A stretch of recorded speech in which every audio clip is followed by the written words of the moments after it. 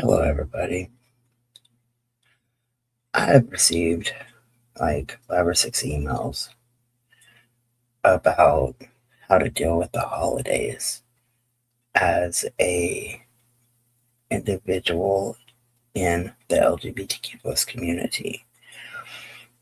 A couple of the emails was based on how to deal with unsupportive family.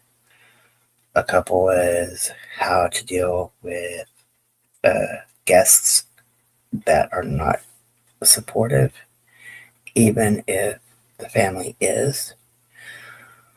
And I've had a couple of them asking me how to deal with not being able to go home for the holidays because of the family situation, not allowing somebody's partner to join in or making sleeping arrangements so that the partner has to like sleep on the couch, not allowing somebody's partner to be in the family pictures, stuff like that. So, I'm going to begin this part with a little bit of the history of LGBTQ plus Christmases and how the community has shaped Christmas to be more accepting for themselves. So for many people, Christmas is imagined as a season of warmth, belonging, and family tradition. Yet for the LGBTQ plus individuals across history, the holiday season has often carried a painful contradiction. Rejection by families, religious condemnation, and social exclusion have meant that Christmas, so closely tied to ideals of home and acceptance, could instead become a reminder of loss. In response, LGBTQ plus communities have repeatedly stepped in to reshape the meaning of the holiday, creating traditions rooted not in blood relation but in solidarity, survival, and chosen family. The history of LGBTQ plus Christmas is therefore not just a story of celebration, but of resilience and collective care. So, early queer life in the absence of safe holidays. Before the mid 20th century, openly queer life was largely forced underground in Europe and North America. Same sex relationships were criminalized, pathologized, or condemned by religious institutions that also dominated Christmas traditions. For LGBTQ plus people, particularly those whose identities conflicted with Christian moral doctrine, the holidays could intensify shame and isolation. Historical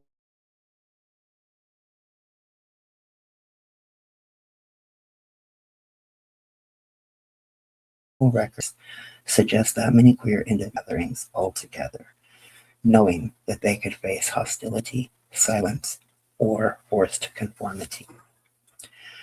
Despite this, queer social networks quietly formed alternative spaces of celebration. In urban centers like Berlin, Paris, London, and later New York, LGBTQ plus people gathered in private homes, bars, or artistic salons during the holidays. These informal Christmas gatherings often replaced religious rituals with music, shared meals, and mutual support.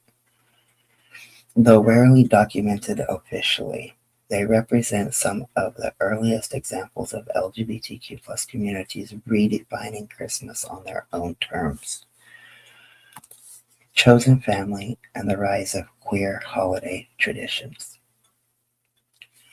The concept of chosen family became central to LGBTQ plus survival, particularly in the 20th century. Chosen family refers to networks of friends, partners, and mentors who fulfill emotional and practical roles traditionally associated with biological relatives. During Christmas, chosen families became especially important for those estranged from their parents or siblings. After World War II, as queer communities became more visible in cities, holiday traditions began to solidify. Informal orphans' Christmas dinners, gatherings for people with nowhere else to go, appeared in gay bars, community centers, and private homes. These events referred or reframed Christmas not as a religious obligation, but as a communal act of care. Everyone contributed what they could: food, decorations, gifts, or simply just their presence. The emphasis was not on perfection, but on belonging. The AIDS crisis and radical holiday care.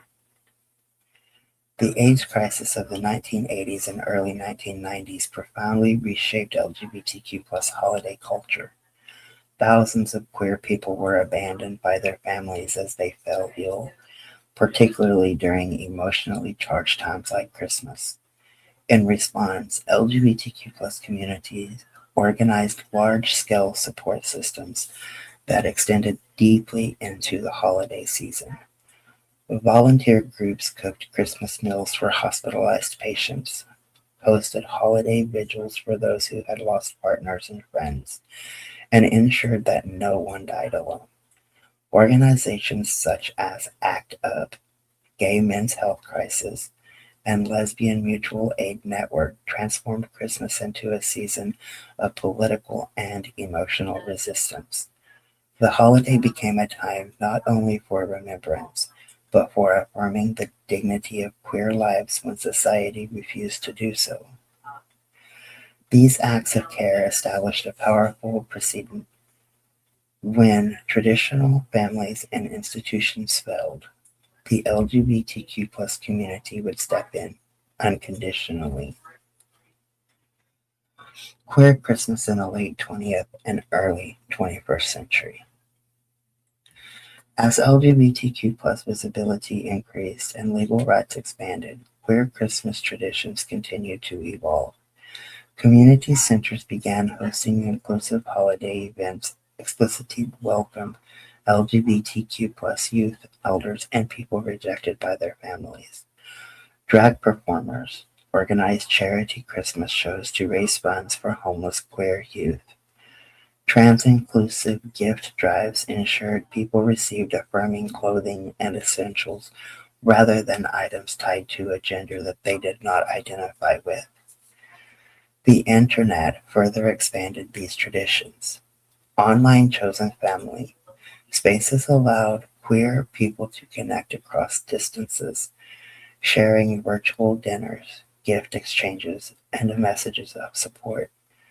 Phrases like "Happy Holidays" and "Queermas" emerged not as rejections of Christmas, but as playful reimaginings that made room for diverse identities, beliefs, and experiences. The deeper meaning of LGBTQ plus Christmas.